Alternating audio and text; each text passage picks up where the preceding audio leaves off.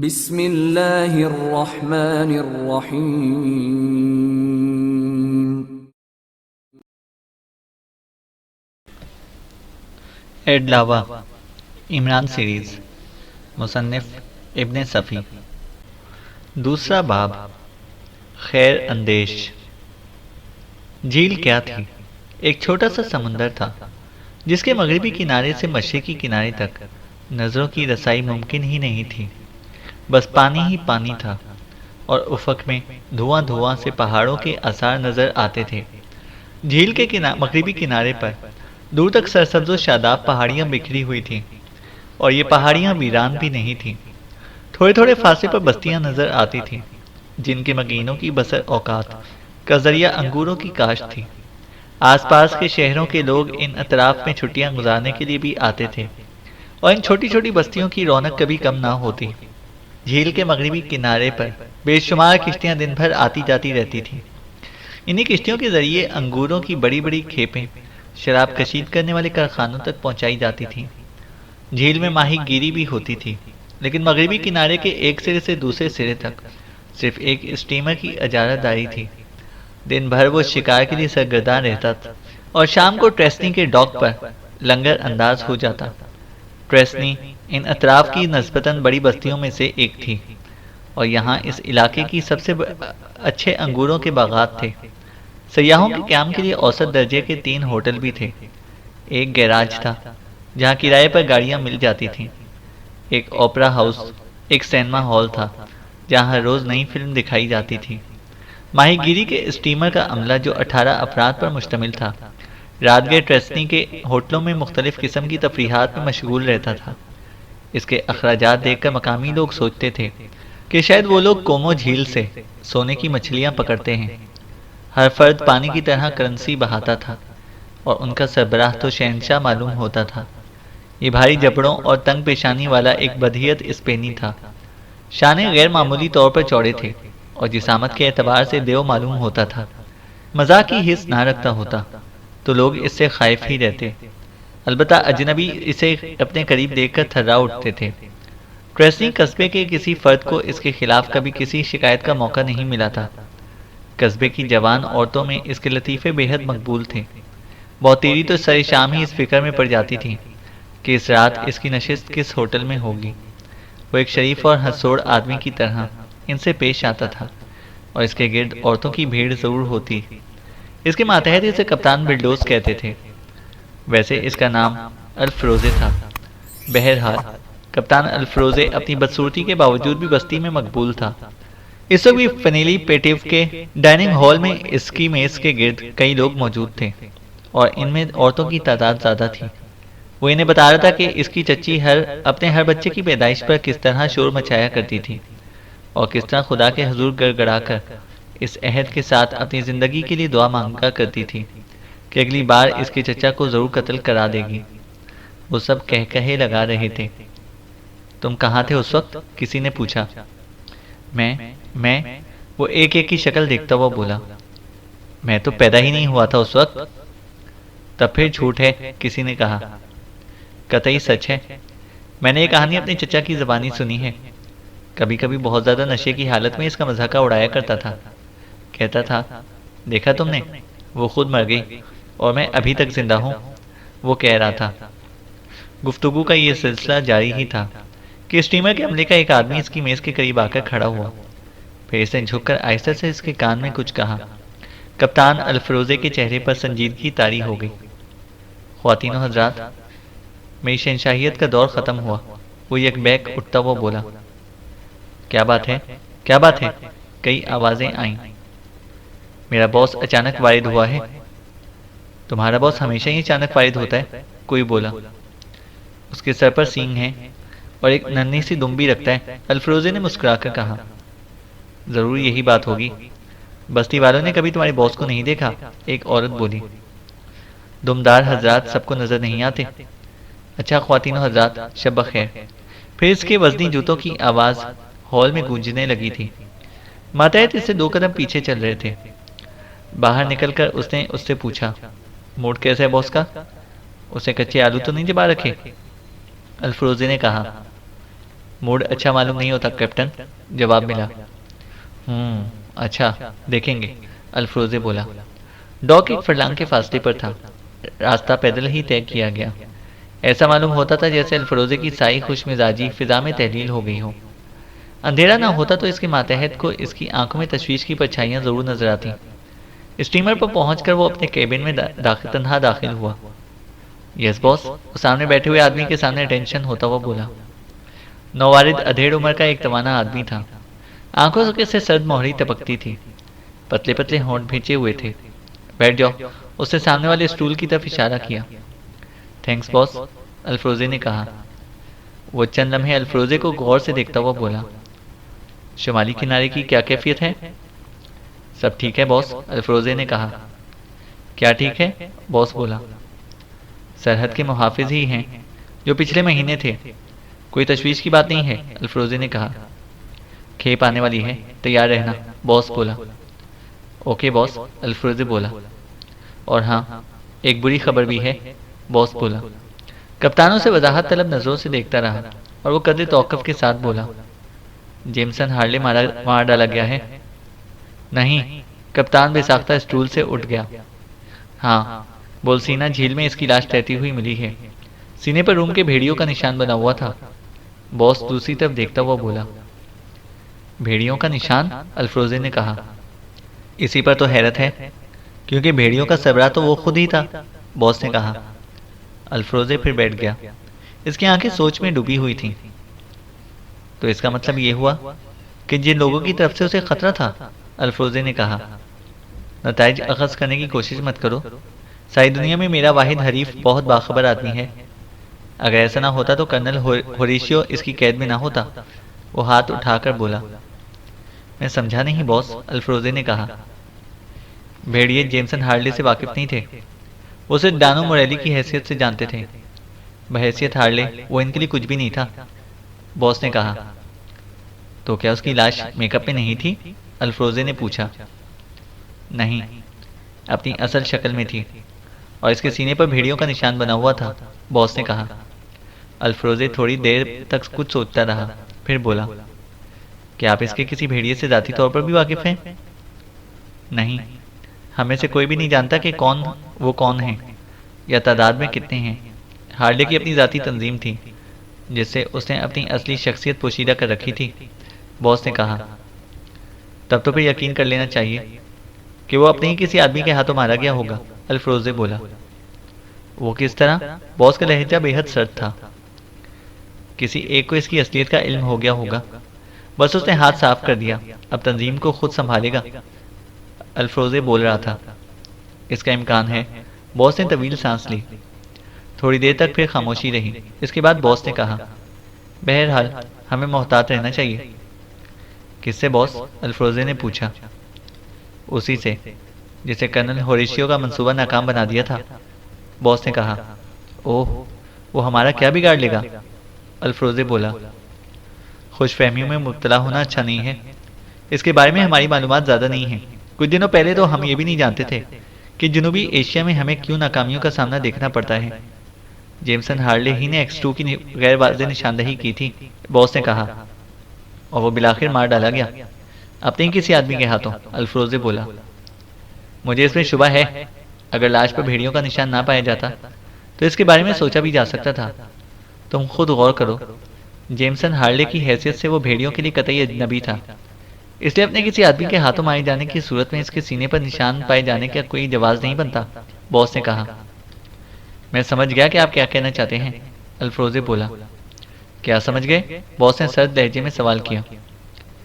X2 के किसी agent के हाथों मारा गया, जिसने इसके कत्ल की जिम्मेदारी भेड़ियों के सर डालने की कोशिश की, और शायद इसमें कामयाब भी हो गया, अल्फ्रोजे बोला। हाँ, मैं इसी नतीजे पर पहुंचा हूँ। रूम में होने वाले ज़्यादातर जराइम भेड़ियों ही के सरमंडे जा रहे हैं, बॉस ने कहा। तो फिर अब हमें क्या करना चाहिए? मतलब ये कि हम किस तरह मोहतात रहें, जबकि इन लोगों के बारे में हमारी मालूमात भी नाकाफ़ी हैं, अल्फ्रोजे ने पुरतफक्कुर लहजे में कहा। फिर चंद लम्हे खामोश रहकर बोला। क्या जेमसन हार्ले ने इस दौरान में आपसे रब्ता कायम किया था? नहीं, अलबत्ता कर्नल होरेशियो की गिरफ्तारी की इत्तला मिलने पर इसने मुझे इस खतरे से आगाह कर दिया था, बॉस ने कहा। ओह बॉस, तब फिर ये ज़रूरी तो नहीं कि वो X2 ही के किसी एजेंट के हाथों मारा गया हो, अल्फोजे ने कहा। बात दरअसल यही है कि मैं खुद भी अभी तक इस सिलसिले में किसी हद की नतीजे पर नहीं पहुंच सका हूँ, बॉस ने तवील सांस लेकर कहा। और फिर मैं ये भी नहीं जानता कि दुनिया की कोई ताकत कर्नल होशियो को जबान खोलने पर मजबूर नहीं कर सकती। हमारी तरफ इसका रुख इस सूरत में हो सकेगा जब वो हमारे मुतालिक कुछ जानते हों। खैर अंदेशियों का कानूनी बिजनेस बेदाग है, अल्फरोजे बोला। सवाल कर्नल होरेशियो का नहीं है। इसके साथ दो अफराद और भी ऐसे थे जिन्हें हमारे अंदरूनी मामलात का इल्म था। बाज़ लोगों पर एतमाद करना ही पड़ता है। क्या तुम नहीं जानते कि हमारा असल बिजनेस क्या है, बॉस ने कहा। जानता हूँ बॉस, और अक्सर सोचता रहता हूँ कि हमारा तरीक़ाकार ही अक्सर गलत है। ऐसे बिजनेस में सरबराह के अलावा और किसी को भी बुनियादी मकासद का इल्म ना होना चाहिए, अल्फरोजे ने कहा। मेरे हरीफ X2 का तरीक़ाकार इसके बरक्स है। इसके मातहत नहीं जानते कि वो कौन है, कहाँ रहता है और अपने ऑर्गेनाइजेशन को किस किस तरह कंट्रोल करता है, बॉस ने कहा। वाकई बॉस, हम दुश्वारी में पड़ गए हैं, लेकिन हमारा तो काम ही दुश्वारियों से गुजरना है, अल्फरोजे ने पुरतफक्कुर लहजे में कहा। मैं यही सुनना चाहता था। बॉस की बेमुरवत आंखों से हल्की सी गर्मजोशी झलकने लगी। जेमसन और जोसेफ जिनेवा की सड़कों पर मटगश करते फिर रहे थे। इमरान एक बार फिर से बिछड़ गया था। यहाँ भी इनके पास किसी का फ़ोन नंबर था जिस पर मुकर्ररा औकात के मुताबिक रिंग करके इन्हें अपने लिए प्रोग्राम तलब करना पड़ता था। आज तीसरे दिन भी इन्हें यही हिदायत मिली थी कि जिस तरह चाहें वक्त गुजारें। फिलहाल इनके लिए कोई काम नहीं है। एक बात में समझ में नहीं आती, दफतन जोसेफ बोला। एक क्या 10 भी हो तो तुम्हारी समझ में नहीं आएगी, जेमसन ने लापरवाही से शानों को जुम्बिश दी। नहीं, संजीदगी से सुनो, आखिर हमारा मसरफ क्या है, जोसेफ ने कहा। तुम्हारा मसरफ 6 बोतें और मेरा मसरफ कुछ भी नहीं। कल जिस औरत ने साहिल पर मिलने का वादा किया था वो भी नहीं मिली, जेमसन ने कहा।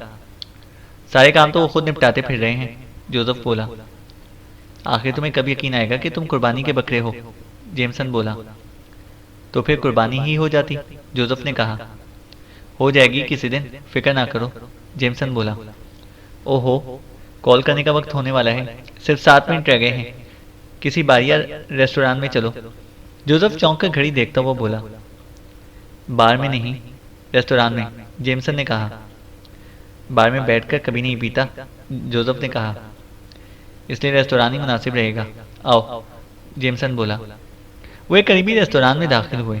यहाँ सेल्फ सर्विस का बाकायदा रिवाज था। उन्होंने जल्दी जल्दी अपने लिए कुछ चीज़ें खरीदी और एक मेज़ संभाल ली। जोसेफ घड़ी देखता रहा था।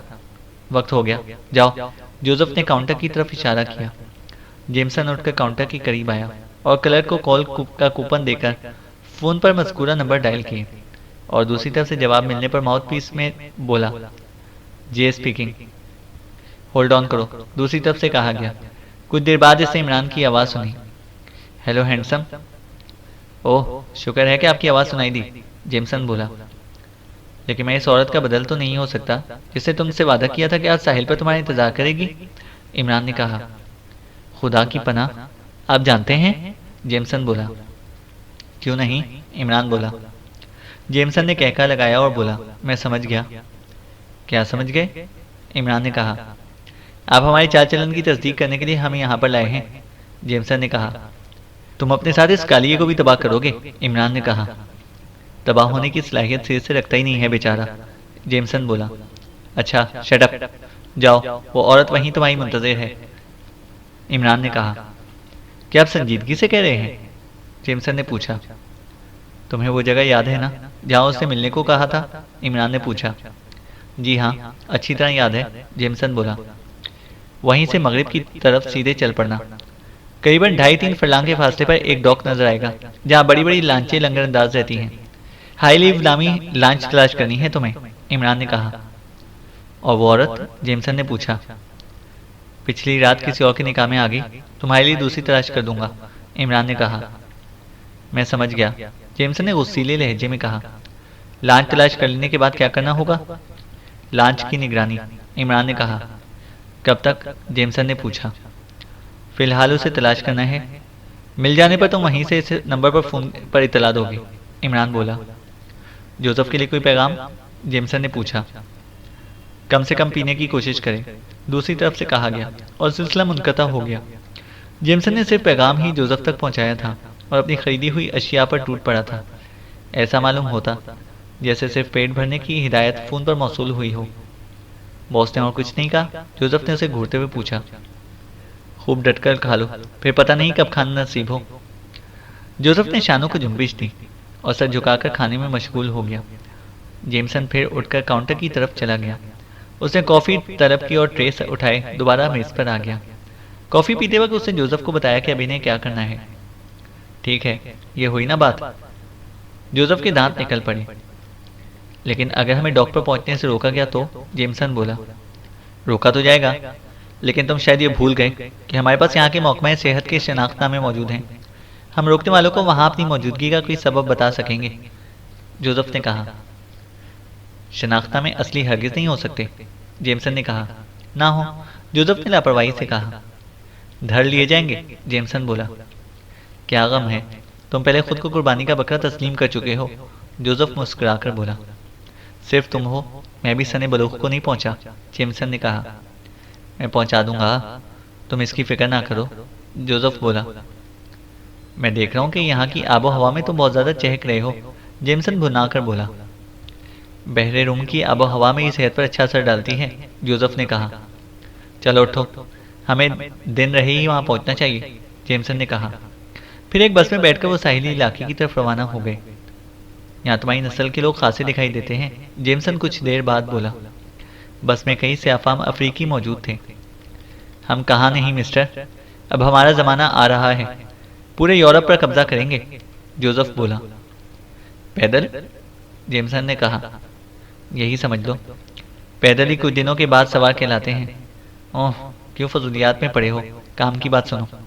अगर हमें डॉक पर जाने से रोका जाए तो तुम महकमा सेहत का शनाख्तनामा पेश कर देना, जोसेफ ने कहा।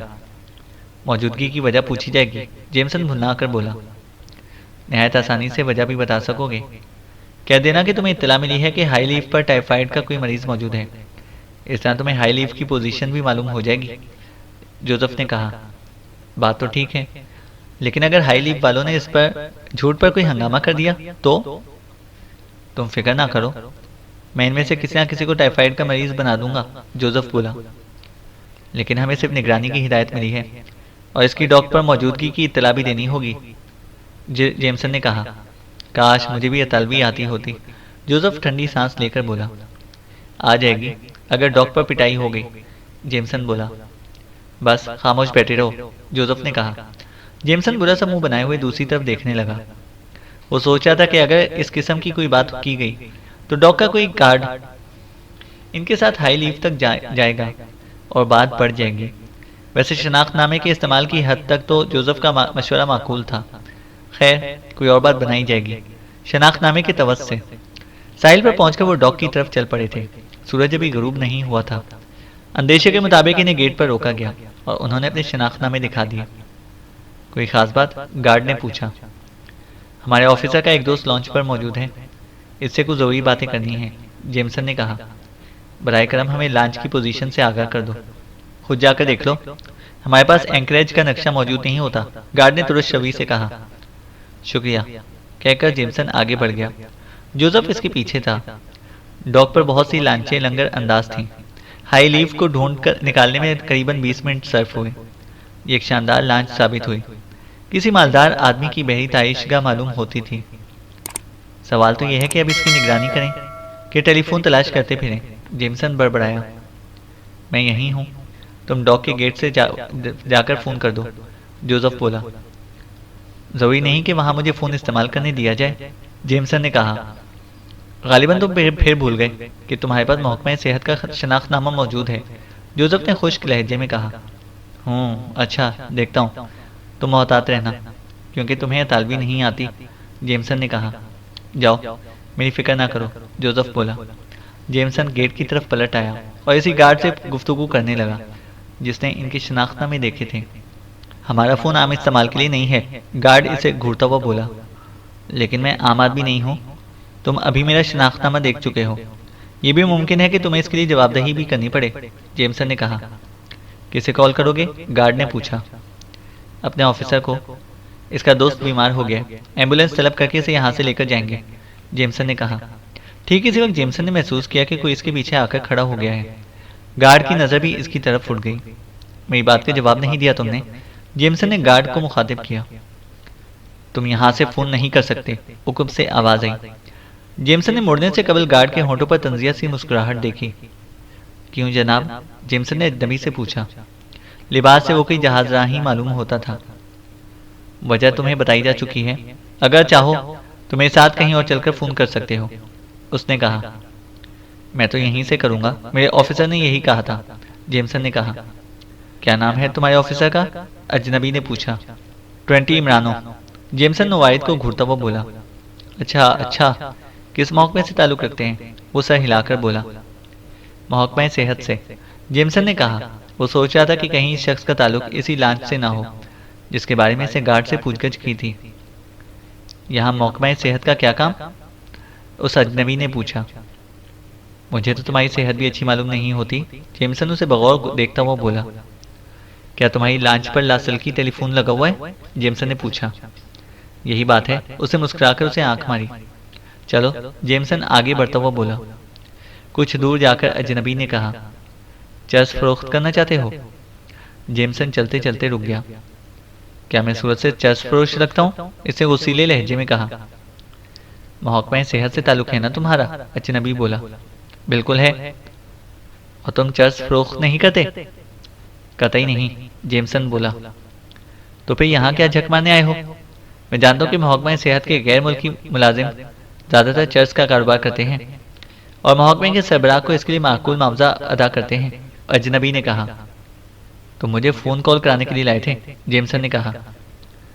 क्या तुम मेरी बहनोई हो कि मैं तुम पर खौमख्वाह एहसान करूं, जहाज़राह ने कहा और तेज़ी से आगे बढ़ गया। जेमसन जहाँ था वहीं खड़ा रहा। महकमा सेहत और चर्च फरोशी, बात इसकी समझ में नहीं आई थी। फिर वो तेज़ी से इसकी तरफ को चल पड़ा जहाँ जोसेफ को छोड़कर आया था। चर्च और महकमा सेहत का मामला इतना मज़ा का खेज था कि वो सोच सोच कर मुस्कुराता रहा, लेकिन ये मुस्कुराहट बरकरार ना रह सकी क्योंकि जोसेफ अपनी जगह से गायब था और हाई लीफ लांच का भी दूर दूर तक पता नहीं था। वो अहमकों की तरह इधर उधर भटकता फिरा, लेकिन हाई लीफ डॉक के किसी हिस्से में भी दिखाई ना दी। दफतन इसे वही जहाज़राह एक लांच के अर्शे पर खड़ा दिखाई दिया जिसने कुछ देर पहले इसे चर्च तलब की थी। जेमसन ने जोर जोर से हाथ हिलाकर उसे अपनी तरफ मुतवज्जा किया। क्या है, वो वहीं से गुर्राया। मैं एक दुश्वारी में पड़ गया हूँ प्यारे भाई, मेरी मदद करो, मैं तुम्हारा मसला हल कर दूंगा, जेमसन ने कहा। वो अर्शे से उतरकर डॉक में आ गया। क्या बात है, उसने पूछा। मेरा एक साथी और भी था जिसे मैं हाई लीफ के करीब छोड़कर फ़ोन करने के लिए गया था, जेमसन ने कहा। अच्छा, तो फिर, अजनबी ने कहा। अब ना कहीं उसका पता है और ना ही हाई लीफ का, जेमसन ने कहा। तो फिर मैं क्या करूं, वो बोला। तुम समझते क्यों नहीं प्यारे भाई, चर्च उसी के पास थी, हम दरअसल इत्मीनान के बगैर माल किसी को भी नहीं देते, जेमसन बोला। क्या हाई लीफ पर फरोख्त करनी थी, अजनबी ने कहा। हरगिज नहीं, मेरा ख्याल है कि मेरे साथी से ज़बरदस्ती की गई है।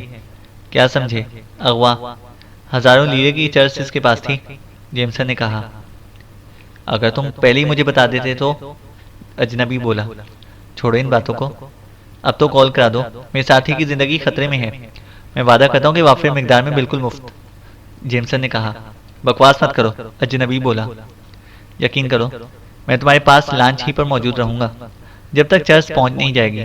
मैं अपने ऑफिसर को फ़ोन करूंगा, वो भी मेरा हम कौम है, अतालवी नहीं है कि तुम किसी किस्म का खतरा महसूस करो, जेमसन बोला।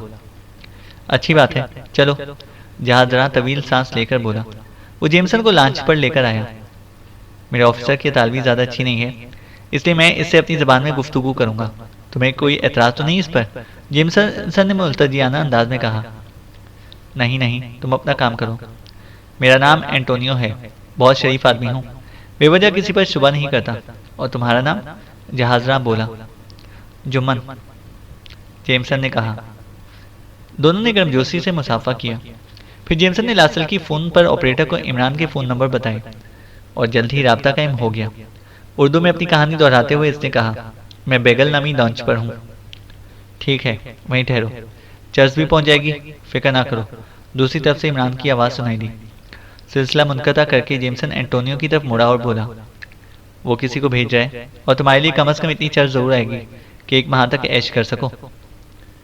एंटोनियो को तुम अपना बेहतरीन दोस्त पाओगे। इसने एक बार फिर जेमसन से मुसाफा किया। हाई लीफ किसकी लॉन्च है? जेमसन ने पूछा। पता नहीं, दिन भर दर्जनों आती जाती रहती हैं, अजनबी ने कहा। यहाँ से न जाने कहाँ गई हो, जेमसन कुछ सोचता हुआ बड़बड़ाया। हो सकता है तुम्हारा साथी किसी और लॉन्च पर सौदा कर रहा हो, अजनबी ने पूछा। ये नामुमकिन है, इसे सौदा करने का इख्तियार नहीं। मेरी अदम मौजूदगी में किसी से बात भी नहीं कर सकता, जेमसन बोला। आधे घंटे बाद खुद इमरान वहां पहुंचा।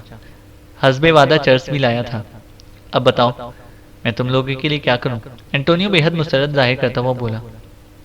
अगर मुमकिन हो तो हम सारे डॉग को देख लें, लेकिन शायद तुम अपने मालिक की इजाजत के बगैर ऐसा ना कर सको, इमरान ने कहा। मालिक की अदम मौजूदगी में पूरे बहरी रूम का चक्कर लगा सकता हूँ। मुझ पर कोई पाबंदी नहीं है दोस्तों। तपेर से तलाश करना बेहद जरूरी है, हजारों का माल है उसके पास, जेमसन बोला। दोस्तों के लिए जान की बाजी भी लगा सकता हूँ। चलो अभी देखते हैं, एंटोनियो ने जेमसन के शाने पर हाथ मारकर बोला। इमरान ने खामोशी इख्तियार कर ली। थोड़ी देर बाद लांच ने लंगर उठा दिया। चैनल को सब्सक्राइब करें और बेल आइकन को प्रेस करें ताकि हमारी हर अपडेट आपको बर वक्त मिल सके।